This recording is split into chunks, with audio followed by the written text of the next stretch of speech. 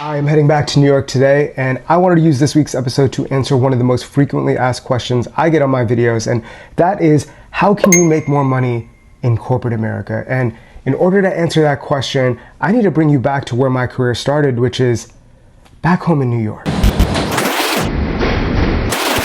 But before we get there, I gotta finish packing, and I have to share a quick travel hack because this is the luggage that I usually use, which is from Away, and obviously it looks really cool and it's aesthetic, but this thing is pretty heavy, so you gotta get this.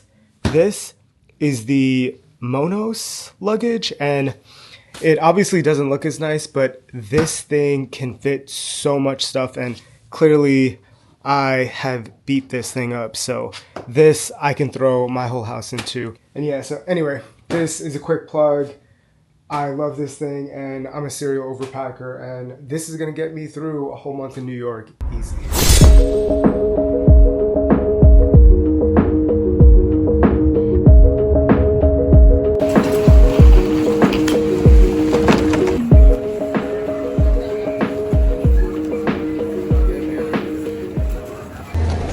Okay, so I don't normally like filming in the airport, and not because there's people everywhere, but it's usually because I'm always so stressed about trying to beat everyone racing to put their luggage in the overhead compartment. But I just found out another hack, which is we always usually fly JetBlue, and I just found out that their business card automatically gives you boarding group A, which literally made me sign up immediately. So now I'm a little bit less stressed at the airport and can do videos like this.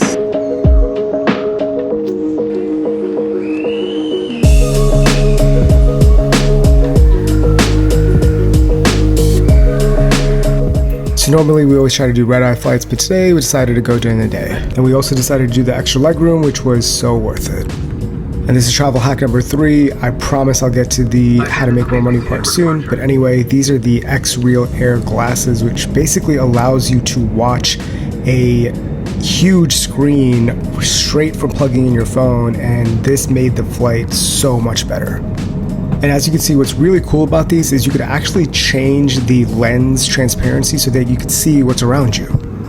And yes, you do actually have to plug it into this thing that kind of looks like an iPod, but it basically helps you charge it, and it gives you a bunch of other controls, and you could just fit it right in your pocket.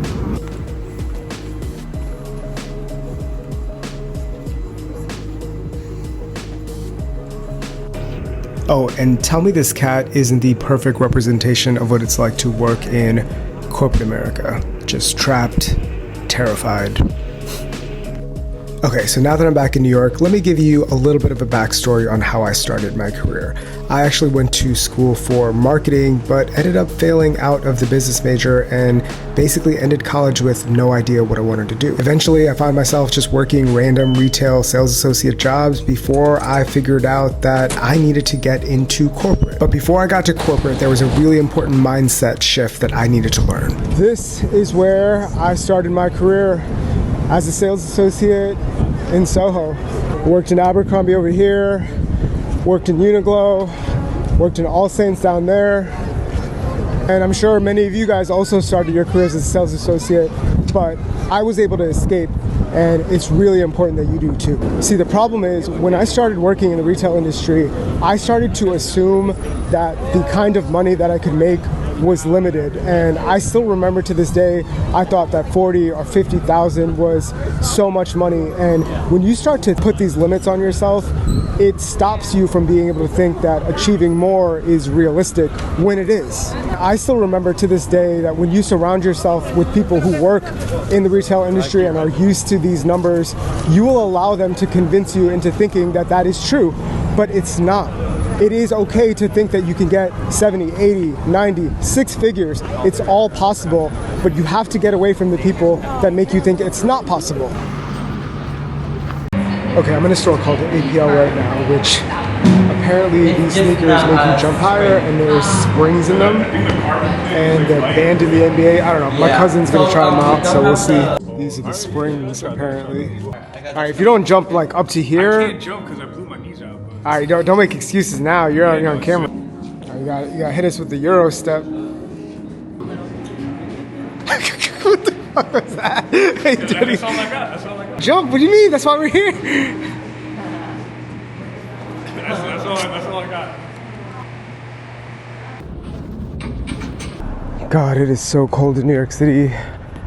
I definitely think that I lost a lot of my tolerance as soon as I moved to LA. But anyway, I want to get back to this idea of talking about how important it is to get away from these people who have limiting beliefs, because I truly think that getting away from these people and changing your environment is one of the first steps that really allowed me to make, like, who you surround yourself with, whether you like it or not, is going to be contagious. Their energy, their aspirations, their projections, their limiting beliefs, they will all spread to you no matter what.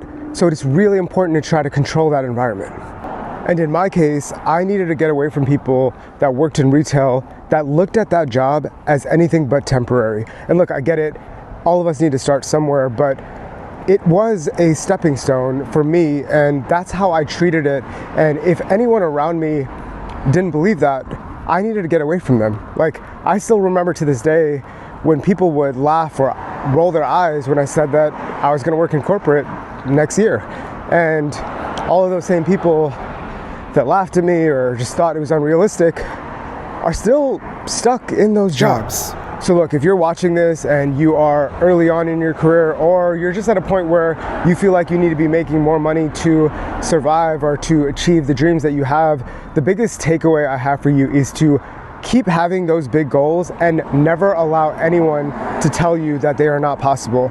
And the reason this idea is so important is because these people will always exist throughout your entire career in corporate America. And the best example I could think of is even when I got to corporate and got out of the retail environment, I still ended up with a manager who literally laughed in my face when I told them that I thought these 1% and 2% raises that they were giving out were ridiculous. And I literally told him that I honestly believe that if I left and found a new job elsewhere that I could probably get 20 or 30% more. He laughed in my face. Not only did I get that, I got a 60% increase from where I was. And if I had allowed him to make me believe that I was not good enough to get that, I wouldn't have even tried.